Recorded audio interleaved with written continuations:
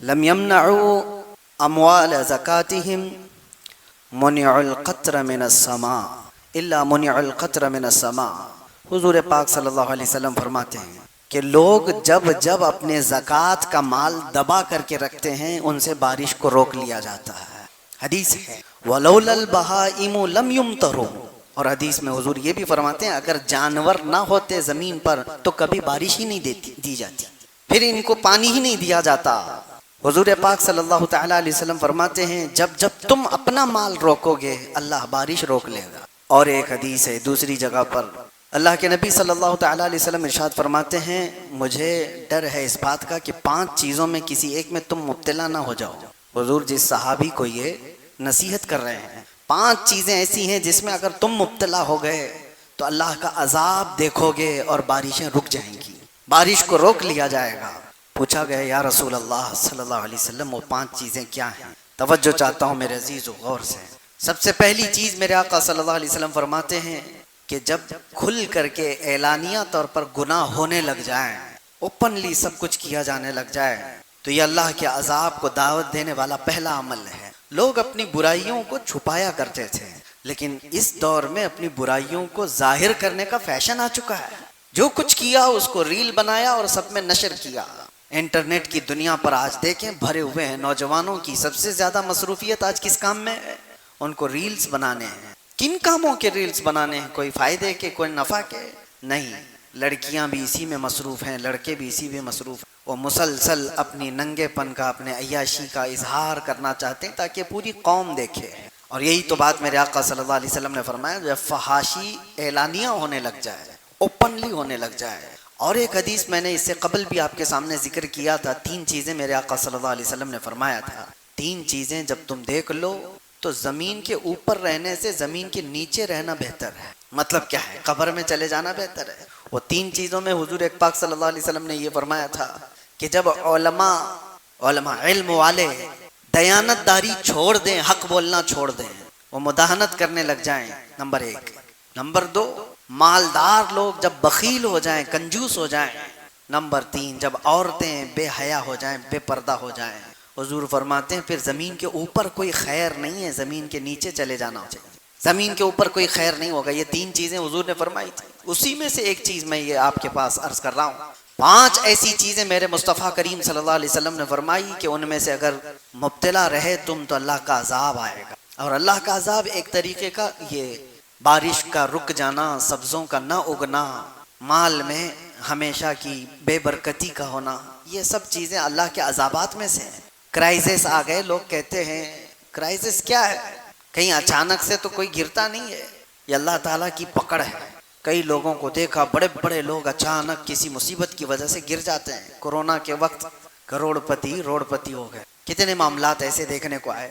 وبا پھیل گئی، بیماریاں پھیل گئیں، بڑے بڑے طاقتور لوگ ڈھہ گئے۔ آج کے اس میں وہ 5 چیزوں میں سے ایک یہ بتایا کہ جب گناہ کھل کر کے ہونے لگ جائیں، اعلانیہ ہونے لگ جائیں، اور قرآن میں اللہ فرماتا لا يحب اللہ الجہر بالسوء من القول، اللہ تبارک و تعالیٰ کسی بری چیز کو ظاہر کرنے کو پسند ہی نہیں فرماتا۔ اللہ تعالیٰ ہرگز یہ پسند نہیں کرتا کہ کوئی بری چیز اوپنلی کرے۔ گناہ کس سے نہیں ہوتے؟ خطائیں کس سے نہیں ہوتی ہیں؟ خطائیں، گناہ جب ہو جاتے ہیں تو انسان یہ سوچتا ہے کہ اس پر پردہ پڑا رہے، یہ چھپی رہے چیزیں۔ لیکن کوئی بندہ اگر آ کر کے بتاتا ہے میں سود خور ہوں، میں نے 4 عورتوں سے زنا کر لیا ہے، معاذ اللہ رب العالمین، کوئی اگر آ کر کے بتائے فلاں کی چوری میں نے کی ہے، تو وہ اپنے گناہوں کا اظہار کر رہا ہے اور مخلوق کو گواہ بنا رہا ہے اپنے گناہوں کا، دوسروں کو اپنے گناہوں پر گواہ بنا رہا ہے۔ اور اللہ قرآن میں فرماتا ہے ہرگز اللہ پسند نہیں فرماتا۔ اچھا، چھپے ہوئے گناہ کچھ ایسے ہوتے ہیں جو بندے اور خدا کے درمیان راز ہوتے ہیں، جس وقت مولا چاہے اس کو بخش دے، کسی کو پتہ بھی نہ چلے، اللہ تعالیٰ معاف فرما دے۔ لیکن بندہ جب سارے لوگوں کو گواہ بناتا ہے اپنے گناہوں کا، سب کو بتا دیتا ہے کہ میں یہ ساری چیزیں کیا ہوں، تو پھر وہ عدل کے حساب کے تخت پر لایا جائے گا۔ عزیزان گرامی، پہلی چیز یہ۔ دوسری، میرے آقا صلی اللہ تعالیٰ علیہ وسلم نے ارشاد فرمایا بارش کے رکنے کے اسباب میں سے اعلانیہ گناہ ہونے لگ جائیں۔ دوسرے نمبر پر لوگ جب اپنی زکوٰۃ کے مال کو دبا کر کے رکھیں، زکوٰۃ نہ دی جائے، زکوٰۃ مستحقین تک نہ پہنچتی ہو تو اللہ تعالیٰ بارش کو روک لیتا ہے۔ آج کے دور میں بھی یہی حالات ہیں، لوگوں کو صرف اپنے مال کا 2.5% نکالنے میں اتنی کھجلی ہوتی ہے، اتنا درد ہوتا ہے، ہزار ہیلے بہانے کرنے لگ جاتے ہیں زکوٰۃ بچانے کے لیے۔ سوچو وہ ارحم الراحمین، وہ خلاق کائنات، وہ رزاق حقیقی جس نے پائی پائی تمہیں دیا ہے، اگر وہ چاہتا تو آپ کے مال کا آدھا پورا زکوٰۃ میں دینے کا حکم دیتا کہ 50% تم رکھو، 50% اللہ کی راہ میں دے دو۔ اللہ نے یہ حکم بھی نہیں دیا، نہ یہ فرمایا کہ 100 کمائے ہو تو 25 اللہ کی راہ میں دے دو، 75 تم رکھ لو، یہ بھی نہیں۔ یہ بھی حکم نہیں دیا کہ 100 کمائے ہو تو 10 اللہ کی راہ میں دے دینا، 90 تم رکھ لینا، نہیں۔ حیرت کی بات ہے، اللہ کا حکم ہے کہ 100 کمائے ہو تو صرف 2.5 روپیہ دے دینا، باقی پورا تم رکھو، صرف 2.5 روپیہ، 2.5%۔ اس کے لیے آنا کانی اتنی ہوتی ہے۔ دیکھا جائے تو یہ سارے جتنے ٹیکس ہیں اس میں سب میں کم ہے، جی ایس ٹی ہو، تمہارے انکم ٹیکس ہو، جتنے ٹیکس ہیں، ارے 5% سے لے کر کے 28% تک کے ٹیکس ہیں، 18% کے ٹیکس ہیں، کتنے ٹیکس ہیں، لیکن یہاں پر صرف 2.5%، وہ بھی ٹیکس میں اور زکوٰۃ میں اتنا بڑا فرق ہے۔ لوگوں کو لگتا ہوگا کہ یہ ہمارے لیے زکوٰۃ ٹیکس کے برابر نہیں، ٹیکس آپ کے انکم پر ہے اور زکوٰۃ آپ کی سیونگ پر ہے۔ انکم اور سیونگ میں فرق نہیں ہے۔ آپ اگر 1 کروڑ روپے مہینہ کماتے ہیں تو ٹیکس 1 کروڑ کا ہوگا آپ کے پاس، لیکن شریعت نے کہا ہے 1 کروڑ کماتا ہے، 90 لاکھ روپے خرچہ ہو جاتے ہیں تو اس خرچے پر زکوٰۃ نہیں، جو بچ گیا اس پر، اسی پر زکوٰۃ ہے، اور وہ بھی آتے ساتھ نہیں، سال گزر جائے اس پر۔ شریعت نے اتنی ساری چھوٹ دی، اس کے باوجود زکوٰۃ کے مال میں ہیرا پھیری سب چل رہی ہے۔ بڑے بڑے مالداروں کی اگر زکوٰۃ نکل گئی ہوتی تو اس امت میں کوئی غریب ہی نہیں ہوتا۔ دور عمر فاروق رضی اللہ تعالیٰ عنہ، صرف 2.5 سال کے بعد حضرت ابوبکر صدیق 2.5 سال خلیفہ رہے، اور ان کے بعد حضرت عمر فاروق رضی اللہ تعالیٰ عنہ خلیفہ وقت بنے، اور آپ کے زمانے خلافت میں یمن سے زکوٰۃ کا مال آیا مدینے میں۔ وہاں جو گورنر تھے صحابی رسول، انہوں نے زکوٰۃ جو لوگوں نے جمع کی تھی وہ سب جمع کر کے مدینے بھیجا، اور مدینے کے فقراء اور مساکین کو تقسیم کرنے کے لیے فرمایا۔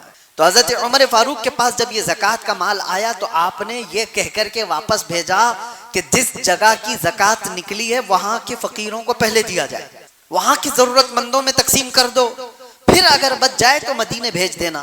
جب یہ مال واپس یمن گیا تو وہ صحابی رسول جو گورنر تھے، انہوں نے دوبارہ امیر المومنین کے پاس یہ مال یہ کہہ کر کے بھیجا کہ حضور یمن میں سب کو تقسیم ہو گیا، یہاں پر کوئی لینے والا باقی نہیں ہے، اس لیے مدینے بھیجا۔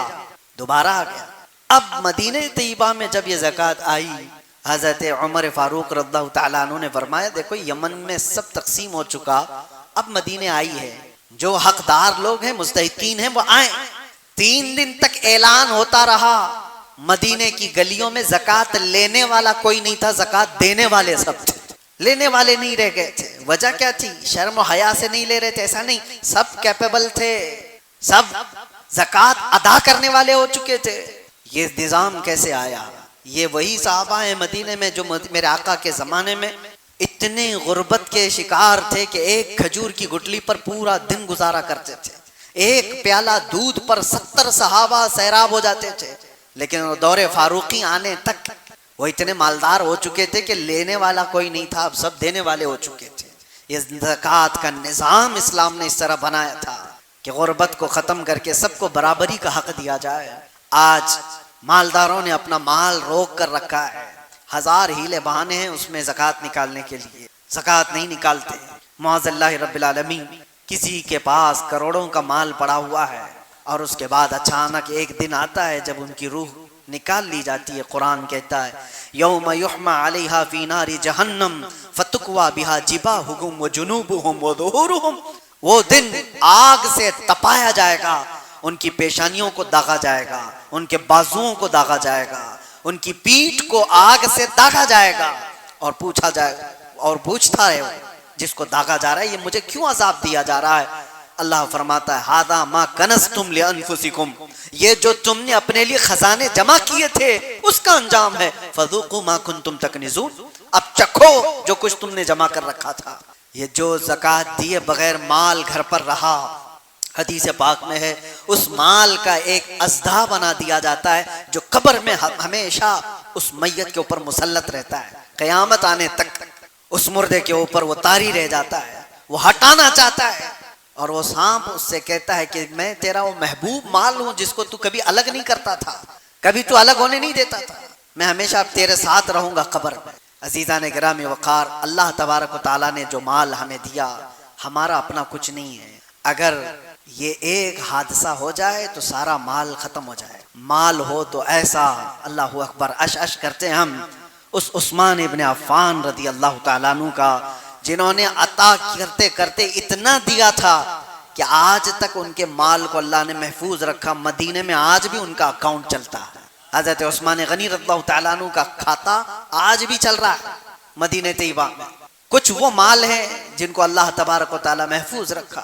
تو سب سے بڑی چیز میرے آقا صلی اللہ تعالیٰ علیہ وسلم نے فرمائی، جب لوگ زکوٰۃ کا مال روک کر کے رکھ لیں تو اللہ تعالیٰ بارش کے قطرے روک لیتا ہے، بارش کے قطرے روک لیے جاتے ہیں۔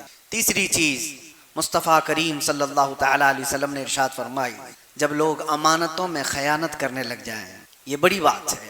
اور ایک چیز حضور اکرم صلی اللہ علیہ وسلم نے فرمایا، جب لوگ ناپ تول میں کمی کرنے لگ جائیں تو ان پر دو چیزیں مسلط کی جاتی ہیں، ناپ تول میں کمی کرنے والے، امانت میں خیانت کرنے والے۔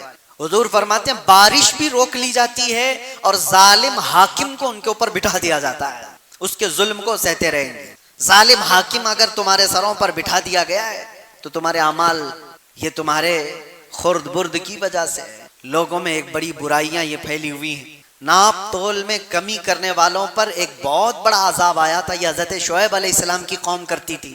قرآن پاک میں ہے، اللہ فرماتا وَلَا تَنْقُصُوا الْمِكْيَالَ وَالْمِيزَانَ، حضرت شعیب علیہ السلام کہتے تھے کہ ناپ تول میں ہرگز کمی نہ کرو، یہ اللہ کے عذاب کو دعوت دینے والی چیز ہے، لیکن وہ قوم مانتی نہیں تھی۔ پھر اللہ کا عذاب آیا، بہت بھیانک عذاب آیا تھا، حضرت شعیب علیہ السلام کی قوم ہلاک و برباد ہو گئی۔ آج بھی اس امت میں اگر ایسے لوگ ہیں جو اس طرح کے ہیلے بہانے کر کے خرد برد کر کے تھوڑا سا بچانا چاہتے ہیں، دودھ میں پانی ملانے والے، اشیاء خوردنی میں، کھانے پینے کی چیزوں میں ملاوٹ کرنے والے، تولنے والی چیز میں کانٹے کے ساتھ دھوکہ کرنے والے، کچھ ایسے لوگ بھی میرے پاس آئے تھے جنہوں نے کہا کہ ہمارا کام ہے یہ جو وزن کرنے والا کانٹا بنانا، لیکن ان سے کہتے کئی دکانوں والے ہیں، بڑے بڑے لوگ ہیں، وہ ہمیں صرف آفر یہ دیتے ہیں کہ اتنے پیسے دے دوں گا، کانٹے میں یہ کر کے دے دو۔ اب تو ڈیجیٹل آ گیا، پہلے پتھر رکھے جاتے تھے، کہا کہ مشین میں یہ کر کے دے دو، 800 گرام کا ہی ہونا چاہیے مال، لیکن دکھانا چاہیے 1 کلو کا۔ تو یہ جو کلاکار لوگ ہیں، پیسے لے کر کے کرنے والا کر دیتا ہے، لیکن جو ضمیر نہیں بیچتا وہ منع کر دیتا ہے۔ میرے عزیزو، آج کے دور میں بھی یہ سب چیزیں موجود ہیں، چھوٹی چھوٹی چیزوں میں خیانت کرنے والے۔ اسی لیے میرے آقا صلی اللہ تعالیٰ علیہ وسلم فرماتے ہیں مومن ہر برائی کر سکتا ہے لیکن جھوٹا اور خیانت دار نہیں ہو سکتا۔ جھوٹ اور خیانت مومن کے لیے ہے ہی نہیں، خیانت کرنا۔ اور اکثر تو آج لوگوں کا حال یہ ہو گیا خیانت داری، اکثر جس کے پاس بھی کچھ مال رکھا جائے اس سے واپس آنے کی امید ہی ختم ہو جاتی ہے۔ اسی لیے کوئی ایک دوسرے کو قرض حسن دیتا نہیں آج۔ لون کی بلا میں مبتلا کیوں ہیں سارے لوگ؟ کیوں ہیں؟ لون کیوں لینا پڑ جاتا ہے؟ وجہ یہ ہے کہ آپس میں کوئی قرض حسن دینے والا نہیں رہ گیا کہ 10 لاکھ روپے میں تجھے دیتا ہوں، 10 لاکھ روپے 6 مہینے کے بعد، سال بھر کے بعد واپس لوٹا دینا۔ مالداروں کے پاس پیسے رکھے ہوئے ہیں لیکن وہ دینا نہیں چاہتے، وجہ کیا ہے؟ امانت داری نہیں ہے۔ لے لیا تو یہ تو غائب ہی ہو جائے گا۔ لینے سے پہلے لہجہ اور لینے کے بعد اس کا لہجہ کچھ اور۔ پیسے لینے والوں کا لہجہ دیکھو، آپ گڑ گڑاتے ہیں، اپنی ضروریات بتاتے ہیں، دے دیا اس کو، پھر مہینے کے بعد اس کو فون کرو، بولے ٹائم نہیں ہے ابھی، بعد میں ملتا ہوں نا، میں کیا بھاگ کے جا رہا ہوں۔ یہ ساری عادتیں جو خصلتیں آئی، یہ خیانت داری۔ دور فاروق اعظم رضی اللہ تعالیٰ عنہ میں ایک بات ملتی ہے، مدینے کا ایک شخص، اس کے اوپر کسی کا قرضہ باقی تھا، کسی کا قرضہ۔ مدینے میں ایک صحابی نے آ کر مقدمہ کر دیا، حضرت عمر سے کہا یہ شخص اجنبی ہے مدینے میں، میرا قرضہ لیا وہ دیتا نہیں۔ حضرت عمر نے کہا کہ تو اس کا قرضہ کب واپس کر رہا ہے؟ کہا حضور مجھے 2 دن کا وقت دے دیں، میں واپس کر دوں، لیکن مجھے مدینے سے باہر میرے وطن جانے کی اجازت دی جائے، میرے گاؤں جا کے آؤں۔ حضرت عمر نے کہا تو بھاگ جائے گا؟ کوئی ہے یہاں پر جو تیری ضمانت لے لے تو میں تجھے چھوڑ دوں۔ اس نے کہا مجھے یہاں کوئی جاننے والے لوگ ہیں نہیں، لیکن اگر کوئی میری ضمانت لیتا ہے تو میں جھوٹا نہیں ہوں۔ حضرت عمر نے کہا عدالت جو ہے وہ جملوں پر نہیں چلے گی، ایویڈنس چاہیے نا، کوئی ضامن بھی چاہیے۔ جج سے اگر آپ کہہ دو میں تھوڑی نا بھاگ رہا ہوں، جج یہ نہیں کہے گا کہ تو نہیں بھاگ رہا ہے یا بھاگ رہا ہے، یہ تیرا مسئلہ ہے، کوئی ضامن لا کے دے دے، پیپر لا کر کے دے دے پراپرٹی کے۔ حضرت عمر نے کہا کوئی ضامن ہے؟ کوئی نہیں تھا۔ کون اٹھتا ہے انجان آدمی کہ آپ ضمانت دیں گے آج؟ لیکن حضرت ابو درداء ایک صحابی وہ کھڑے ہو گئے، کہا امیر المومنین میں اس کی ضمانت لیتا ہوں۔ کہا پہچانتے ہو؟ کہا نہیں پہچانتا، لیکن 2 دن کے بعد وہ آ جائے گا پیسہ لے کر کے۔ حضرت عمر نے کہا اگر وہ نہیں لے کر کے آئے گا تو تم کو پکڑا جائے گا، پیسہ بھی دینا ہوگا اور اندر بھی جاؤ گے۔ حضرت ابو درداء نے کہا منظور ہے۔ اس شخص سے کہا گیا کہ جاؤ تو لے کر کے آ جا۔ وہ گیا، 1 دن 2 دن، شام ہو رہی تھی، آیا نہیں۔ حضرت عمر نے ابو درداء کو بلایا، آ جاؤ۔ وہ تو آیا نہیں جس کی تم ضمانت لیے تھے، اور وہ صحابی بھی آ گئے جن کا قرضہ باقی تھا۔ تو اتنے ہی میں مغرب سے پہلے وہ ہانپتا کانپتا دوڑتا ہوا وہ بندہ آ گیا، عدالت میں آیا اور کہا کہ حضور ان کے جو پیسے باقی تھے میں لے کر کے آ گیا، انتظام کر رہا ہوں۔ اتنا کرنا تھا کہ وہ صحابی رسول جن کا قرضہ باقی تھا وہ کھڑے ہو گئے، کہا امیر المومنین اللہ کی عزت کی قسم میں آپ کے سامنے گواہی دیتا ہوں کہ اس بندے کا قرضہ میں نے معاف کر دیا، مجھے واپس نہیں چاہیے، میں نے معاف کر دیا۔ اب سنیے، انہوں نے قرضہ معاف کر دیا۔ اب حضرت عمر نے ان تینوں سے ایک سوال کیا۔ پہلے یہ شخص سے کہا تو چلا گیا تھا، بھاگ گیا تھا، تیرا گاؤں بھی نہیں معلوم، تو کہاں کا رہنے والا، پیسہ لے کر کے چلا گیا ہوتا تو تجھے پکڑنے میں بڑی دقت آ سکتی، یا تو چھپ چھپا کر کے رہ سکتا تھا، آیا کیوں اپنے ٹائم پر؟ توجہ ہے مسلمانوں، وہ شخص کہتا ہے امیر المومنین میں چاہتا تو بھاگ کر چلا جاتا، لیکن واپس اپنے وعدے کے مطابق اس لیے آ گیا کہ بعد کو کوئی آنے والا یہ نہ کہہ دے کہ محمد کے غلام دھوکے باز ہوتے، میرے نبی صلی اللہ علیہ وسلم تک کوئی کہہ نہ دے کہ ان کے غلاموں میں وعدہ خلافی ہے، اس لیے میں واپس آ گیا، وعدہ کیا تھا تو پورا کر دیا۔ حضرت عمر رضی اللہ تعالیٰ عنہ نے ابو درداء صحابی سے پوچھا کہ آپ تو جانتے نہیں تھے، اس کو کیسے ضمانت دے دی؟ انہوں نے کہا امیر المومنین میری تمنا یہ تھی کہ انجان ہے لیکن ہے تو مسلمان، کوئی تو اس کی ضمانت نہیں لے رہا تھا، میں بھی نہ لیتا تو دل میں یہ خیال آیا کہیں بعد کو دوسری قومیں یہ نہ کہہ دیں کہ محمد کے غلاموں میں اب لوگوں سے ہمدردی کرنے کا جذبہ بھی ختم ہو گیا، لوگ یہ نہ کہہ دیں کہ لوگوں سے ہمدردی کا جذبہ ختم ہو گیا، اس لیے میں کھڑا ہوا اس کی ہمدردی میں۔ اور وہ قرض خواہ صحابی سے پوچھا آپ نے ابھی کیوں معاف کر دیا، پہلے تو معاف کر سکتے تھے؟ انہوں نے کہا پہلے اس کے بارے میں اتنا نہیں معلوم تھا، لیکن اپنے وعدے کے مطابق برابر آ جانے والا شخص میرے نبی کا سچا غلام، میں نے اپنا قرضہ اس لیے معاف کر دیا کہ لوگ کل کو یہ نہ کہیں کہ محمد عربی کے غلاموں میں معاف کرنے کا جذبہ ختم ہو گیا ہے۔ تینوں کا ایک ہی مشن تھا کہ حضور پر کوئی انگلی نہ اٹھائے۔ عزیزان گرامی وقار، امانت صحابہ اکرام میں اس طرح کی تھی کہ وہ وقت کا بھی لحاظ رکھتے تھے اور لوگوں کا بھی لحاظ رکھتے تھے۔ کیا آج یہ معاشرے میں بات آ سکتی ہے؟ اور حضور پاک صلی اللہ تعالیٰ علیہ وسلم نے فرمایا جب امانت میں لوگ خیانت کرنے لگ جائیں تو سمجھ لو کہ بارش روک لی جاتی ہے، اور ناپ تول میں کمی کرنے لگ جائیں تو بارش روک لی جاتی ہے۔ اور علم کے سلسلے میں بھی فرمایا گیا جب علم ختم ہو اور جہالت عام ہونے لگ جائے تو یہ بازار گناہوں کا ہے، یہاں اب علم کی طلب کسی کو نہیں ہے۔ اب علم کی طلب کہاں ہے کس کو؟ ہر کوئی اپنے اپنے زندگی میں مگن ہے، وہ انٹرنیٹ کی دنیا کا شاگرد ہے، آج سب گوگل کے شاگرد ہیں، سب انسٹا فیس بک کے شاگرد ہیں، ہاتھوں میں اللہ کی کتاب کب آئی تھی پتہ ہی نہیں، حدیث رسول کب پڑھا تھا یہ پتہ ہی نہیں ہے، جو کچھ بھی آج ڈیپینڈنٹ ہیں وہ صرف موبائل پر ہیں، انٹرنیٹ کی دنیا پر ہیں۔ سچ بتاؤ اپنے ضمیر پر ہاتھ رکھ کر کے ان ہاتھوں کو دیکھو، پوچھو آخری بار کب قرآن اٹھایا تھا، آخری بار کب حدیث رسول اٹھایا تھا، کوئی کتاب پڑھا تھا؟ علم کی طلب ختم ہو گئی، جہالت ہمارے معاشرے میں عام ہو گئی۔ عزیزان گرامی وقار، یہ سارے وہ اسباب ہیں جس کی وجہ سے بارشیں روک لی جاتی ہیں۔ میں نے سورہ نوح کی آیت تلاوت کی تھی، علاج بھی تو سنتے جائیں، یہ تو اسباب ہیں، علاج کیا ہے؟ سیدنا نوح علیہ السلام فرماتے ہیں فَقُلْتُ اسْتَغْفِرُوا رَبَّكُمْ إِنَّهُ كَانَ غَفَّارًا، لوگوں سے آپ نے فرمایا کہ یہ سارے اسباب اگرچہ ہیں گناہ وغیرہ سارے جو اللہ کے عذاب کو دعوت دیتے ہیں، اگر یہ چیزیں ختم کرنا ہے تو اپنے رب کی بارگاہ میں جلدی سے استغفار کرو، استغفر اللہ ربی من کل ذنب واتوب الیہ۔ یہ ایک شخص حضرت حسن بصری کے پاس آیا، کہا کہ بارش نہیں ہے، قحط پڑ گیا ہے، آپ نے فرمایا استغفار کرو۔ اور پھر ایک شخص آیا، اس نے کہا میری اولاد نہیں ہے، آپ نے کہا استغفار کرو اللہ بیٹے دے دے. پھر ایک شخص آیا, اس نے کہا میرے باغیچے ہیں اور وہ سب سوکھنے پر آ گئے ہیں. آپ نے کہا استغفار کرو. لوگوں نے پوچھا 3 الگ الگ لوگ آئے, اب تینوں کو استغفار کرنے کا ہی فرما رہے ہیں.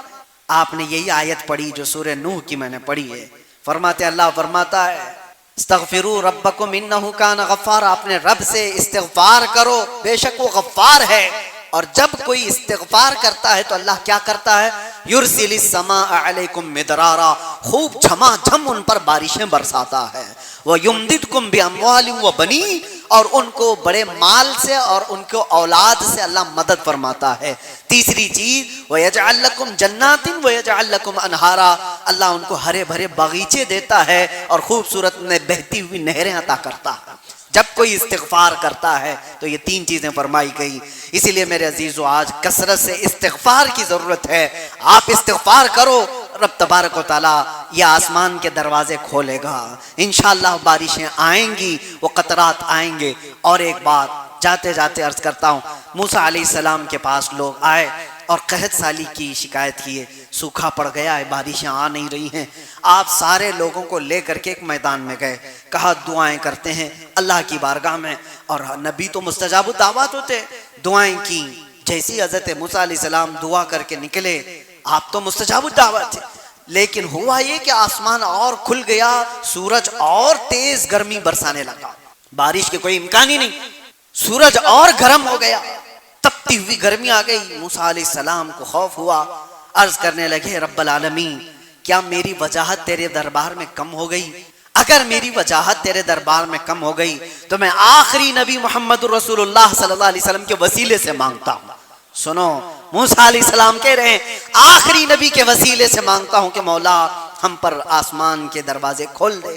رب تعالیٰ کی طرف سے ندا آئی, اے موسیٰ تمہاری وجاہت ہمارے دربار میں کم نہیں ہوئی, لیکن بات یہ ہے تمہاری جماعت میں ایک شخص 40 سال سے مسلسل گناہوں میں مبتلا ہے, جس نے ہم کو ناراض کر رکھا ہے, اور جب تک وہ تمہاری جماعت میں ہوگا میں بارش کا ایک قطرہ بھی نہیں برساؤں گا. موسیٰ علیہ السلام کو یہ جلال بھرا حکم آیا. آپ نے رب تعالیٰ کی اللہ تعالیٰ کے اس پیغام کو اپنی قوم میں سنایا کہ کوئی بندہ ایسا ہے جو 40 سال سے فلاں فلاں گناہوں میں مبتلا ہے, جو رب تعالیٰ کے قہر کو جوش میں دلایا ہوا ہے, اس وجہ سے بارشیں رکی ہوئی ہیں. تو کون ہٹتا؟ آپ نے فرمایا جو بھی ہے وہ ہٹ جائے, ہمارے مجمع میں سے نکل جائے, بستی سے آبادی سے نکل جائے. لیکن مجمع میں سے کوئی ایسے جائے گا؟ کوئی ہے؟ اگر کسی کو کہہ دیا ہے کہ جو چور ہے وہ اٹھ جائے, کون اٹھنے والا ہے؟ لیکن جو بندہ تھا وہ تو تھا. آپ نے نشان بھی بتا دیے, فلاں فلاں گناہوں میں مبتلا ہے کوئی. اب جو بندہ تھا اس جماعت میں موجود, وہ دیکھنے لگا بڑا مجمع ہے, لوگ رو رہے ہیں, گڑ گڑا رہے ہیں, اور میرے بارے میں حکم آ گیا میں ہی وہ شخص جاؤں تو کیسے میں ذلیل ہو جاؤں گا, بہت بری طرح سے. اس نے اپنی چادر اپنے چہرے پر ڈالی اور رب تعالیٰ کی طرف توجہ کیا, کہا اے رحمان یہ سچ بات ہے کہ 40 سال میں نے گناہ کیا, لیکن یہ بھی سچ ہے کہ 40 سال تک تو نے پردہ ڈال رکھا, تو نے مجھے مہلت دے رکھی. میں 40 سال تک نافرمانی کرتا رہا اور تو 40 سال تک مہلت دیتا رہا. اے پروردگار اب تیرا بندہ تیرے دربار میں توبہ کرنے کے لیے آیا, بس مجھے اتنی مہلت دے دے کہ اس جماعت میں مجھے ذلیل ہونے سے بچا دے, اس جماعت میں مجھے ذلیل ہونے نہ دے. اور اگر میری وجہ سے بارشیں رکی ہوئی ہیں تو مولا مجھے اس زمین سے اٹھا لے. میں اگر اس زمین پر اب قدم رکھنے کے قابل نہیں رہ گیا تو اب مجھے اس سے اٹھا لے. لیکن تیرے نبی موسیٰ علیہ السلام اور ان کی قوم کے سامنے مجھے ذلیل ہونے سے بچا لے. چادر میں منہ ڈال کر کے رو رہا تھا. موسیٰ علیہ السلام کی قوم میدان میں کھڑی ہے, جلال بھرا حکم تھا موسیٰ علیہ السلام کا. اچانک دیکھتے ہیں ابر چھا گیا اور موسلا دھار بارشیں شروع ہو گئی. ایک بندہ بھی مجمع میں سے ہٹا نہیں اور بارش آ گئی, پوری بارش برسنے لگی.